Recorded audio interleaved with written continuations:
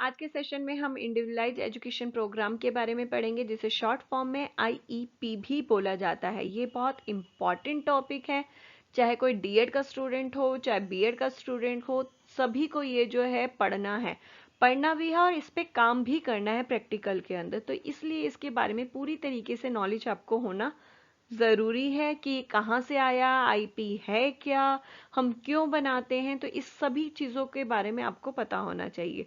तो चलिए आगे बढ़ते हैं। लेकिन हाँ, आगे बढ़ने से पहले एक चीज़ मैं और बता दूं, आप ही लोगों के सुझाव से एक नया सेशन मैं शुरू करने वाली हूँ। जब आपको कोई भी एजुकेशन वीडियो मैं प्रोवाइड कर रही हूँ, एजुकेशन दे रही हूँ, तब उसके सेकंड सेशन में इंपॉर्टेंट क्वेश्चन ज़रूर होंगे। तो आज से मैं ये चीज़ शुरू कर रही हूँ। जब ये आईपी के बारे में हम पढ़ लेंगे तो लास्ट स्लाइड के अंदर इंपॉर्टेंट क्वेश्चन भी मैंने इसमें डाले हैं, तो इसलिए इस वीडियो को लास्ट तक ज़रूर देखिएगा। तो चलिए, मैं प्रीति आपके अपने चैनल मंत्रा एजुकेशन हब में एक बार फिर से बहुत बहुत स्वागत करती हूँ। अगर आप चैनल पे नए हैं तो ऐसी ही एजुकेशन के लिए, नॉलेज के लिए और एजुकेशन अपडेट के लिए जल्दी से चैनल को सब्सक्राइब और बेल आइकन को दबाना बिल्कुल मत भूलिएगा, जिससे इस चैनल पे आने वाली वीडियो की नोटिफिकेशन आपको जल्दी से मिल जाए। साथ ही साथ वीडियो को लाइक और शेयर भी करिएगा ताकि ये नॉलेज सभी तक पहुंच सके। सबसे पहले हम ये देख लेते हैं कि इंडिविजुअलाइज्ड एजुकेशन प्रोग्राम है क्या। इंडिविजुअलाइज्ड एजुकेशन प्रोग्राम को शॉर्ट फॉर्म में आईईपी भी कहते हैं, जैसे कि पहले बताया गया है, और ये एक लीगल डॉक्यूमेंट है जो यूनाइटेड स्टेट्स लॉ के अंडर आता है। यूनाइटेड स्टेट्स के अंदर जो है लॉ के अंदर एक एक्ट बनाया गया, आइडिया एक्ट 2004 के अंदर, जिसकी फुल फॉर्म है individuals with disability education act, जिसको शॉर्ट में क्या कहते हैं, आइडिया एक्ट कहते हैं। 2004 में आया था। उसके अंदर बोला गया कि जो भी स्पेशल चाइल्ड हैं, चिल्ड्रन विद स्पेशल नीड है, उनके लिए, सभी बच्चों के लिए इंडिविजुअल एक एजुकेशन प्रोग्राम बनाया जाए, जिसके कंपोनेंट क्या क्या टीमें होनी चाहिए, किस तरीके से बनाया जाना चाहिए, प्रोसेस सब डीप तरीके से आईडी एक्ट के अंदर दे रखा है। तो जो है, इसलिए बोला जाता है जो आईपीआई है आपकी आइडिया एक्ट के अंडर से आई है और एक लीगल डॉक्यूमेंट है, क्योंकि उसमें पूरा तरीका दे रखा है। तो आपको उसी तरीके से बनाना है, उसी प्रोसेस से बनाना है। जब कोई चीज़ एक लॉ के अंदर आ जाती है कि लॉ के अंदर आए कि आपने एक बच्चे के लिए बनाना है और इस तरीके से बनाना है, तो आपको उसी को फॉलो अप करना पड़ता है। उसी को फॉलो अप करते हुए आपको बनाना है, इसलिए उसको लीगल डॉक्यूमेंट बोला जाता है। और उसके अंदर जो टीम दे रखी है पूरी, उस टीम के अंदर एक नई चीज आई कि पेरेंट्स को ऐड किया गया उस टीम के लिए। यानी जो भी एजुकेशन प्रोग्राम बनेगा, पर्टिकुलर हर बच्चे का अलग अलग बनेगा, क्योंकि नाम पे ही से ही है, इंडिविजुअलाइज्ड है। तो उस टीम में उस बच्चे के पेरेंट्स को भी इन्वॉल्व किया जाएगा, गोल सेलेक्ट करने के लिए, असेसमेंट करने के लिए। बहुत जगह पे ज़रूरत होती है पेरेंट्स की, बिना पेरेंट्स के एजुकेशन प्रोग्राम सक्सेस नहीं हो पाता है, इसलिए ये पेरेंट्स को इसके अंदर इन्वॉल्व किया गया। ये एक ऐसा एजुकेशन प्रोग्राम है जो बच्चों की नीड को ध्यान में रखते हुए जो रेगुलर स्कूल हैं उसमें ए मॉडिफिकेशन और रिकमेंडेशन करने की बात कहता है। साथ ही साथ ये एक ऐसा टूल भी है जो टीचर को मॉनिटरिंग करने और बच्चे की ग्रोथ में हेल्पफुल होता है, वो चाहे कम्युनिकेशन हो, चाहे सोशल हो, चाहे एजुकेशन का कोई पार्ट हो या ऑक्यूपेशन हो। ये सभी एरिया को जो है आईपी कवर करता है, उसमें बच्चों की ग्रोथ में हेल्प करता है। साथ ही साथ ये एक ऐसा टूल है जो टीचर्स को बच्चों को समझने में बहुत हेल्प करता है, साथ ही साथ बच्चे की नीड को, उसकी वीकनेस को, उसकी स्ट्रेंथ को समझने में हेल्पफुल होता है, और जिससे कि टीचर एक अच्छा गोल चूज कर पाए बच्चों के लिए, जिससे उसमें उनकी कमी है और उसके में काम करके उसमें इम्प्रूवमेंट लाया जा सके। तो ये एक ऐसा टूल है और ये बहुत हेल्पफुल होता है स्पेशल बच्चों को, और ये सभी स्पेशल बच्चों के लिए रिक्वायर्ड है और बनाया भी जाता है। आप लोग सभी जानते हैं, क्योंकि आप लोगों ने प्रैक्टिकल के दौरान ये सभी ने बनाया भी होगा। आईपी किसको जरूरत है, किसके लिए बनाई जाती है? आपको अभी जैसे बताया है कि आइडिया एक्ट के अंदर आईपी आया है, आईपी वहां से आया है, और आइडिया एक्ट 14 कैटेगरी को उसके अंदर आती हैं। 14 कैटेगरी कौन सी? Autism, blindness, deafness, development delay, emotional and behaviour disorder, hearing impairment, intellectual disability, multiple disability, orthopaedic impairment, other health impairment, specific learning disability, speech और language impairment, traumatic brain injury, visual impairment including blindness. ये सभी 14 category आपकी idea act के under आती हैं। तो idea act ने बोला इन सभी जो डिसेबिलिटी से जो ग्रसित होंगे बच्चे, उनके लिए आईपी जरूरी है और आईपी मस्ट है। आईपी जो टीचर्स हैं उनको आईपी बनाना होगा, एक एजुकेशन इंडिविजुअल एजुकेशन प्रोग्राम उन सभी बच्चों के लिए बनाना होगा। हम बच्चों के ऊपर आईपी क्यों बनाएं, क्या बेनिफिट होता है उसे आईपी बनाने का?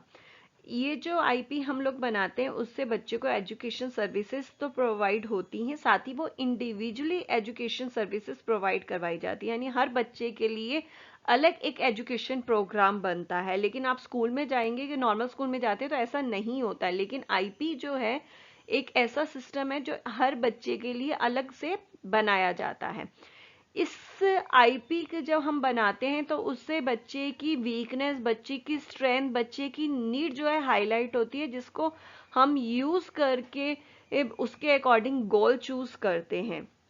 इसके अलावा एजुकेशन सर्विसेज के अलावा बच्चे को उसकी नीड के अकॉर्डिंग अदर सर्विसेज भी प्रोवाइड करवाई जाती है। अदर सर्विस जैसे ऑक्यूपेशनल थेरेपी हो गया, आपका सेंसरी इंटीग्रेशन थेरेपी हो गया, स्पीच थेरेपी हो गया, एनिमल थेरेपी हो गया, योगा थेरेपी, इतनी सारी सर्विसेज हैं। वो सारी सर्विसेज जो है बच्चे को प्रोवाइड करवाई जाती है अकॉर्डिंग टू नीड। यानी एक ही बच्चे के ऊपर सारी सर्विसेज थोप दी, ऐसा नहीं है। जैसे बच्चों की जिस चीज की जरूरत होती है उसकी नीड के अकॉर्डिंग वो सर्विसेज प्रोवाइड करवाई जाती है। इसके अलावा बच्चों को रियल इन्वायरमेंट से कनेक्ट किया जाता है। ऐसे नहीं कि क्लास के अंदर बैठ के वर्कशीट भरवाई रखो, बुक जो है बुकें रीड करवाई रखो, ऐसा नहीं है। स्पेशल एजुकेशन के अंदर बच्चे को रियल एनवायरनमेंट से कनेक्ट किया जाता है। आईपी के जो सभी गोल हैं, गोल ऐसे होने चाहिए जो रियल होते हैं या जो आपके एनवायरनमेंट में आप यूज कर सकते हैं, रियल सिचुएशन के अंदर उसको सिखाया जाता है। इसके अलावा जो है कोई भी डिफिकल्ट टास्क है वो इजी वे में बच्चों के आगे प्रेजेंट करना, यानी कोई भी आप बहुत बड़ा टास्क है, बच्चों को हम इतना बड़ा टास्क नहीं सिखाते, उसे छोटे छोटे स्टेप में तोड़ देते हैं और छोटे स्टेप को बच्चे को पहले सिखाते हैं। और ये जो तोड़ना होता है स्टेप का अकॉर्डिंग टू बच्चे के लेवल होता है।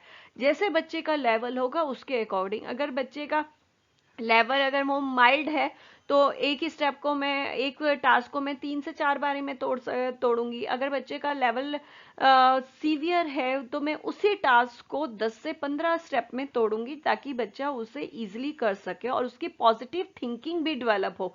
अगर बच्चे को मैं डिफिकल्ट टास्क दे दूंगी तो उसकी नेगेटिव थिंकिंग डेवलप हो जाएगी, ये तो टास्क मेरे से होगा ही नहीं, मैं कुछ नहीं कर सकता।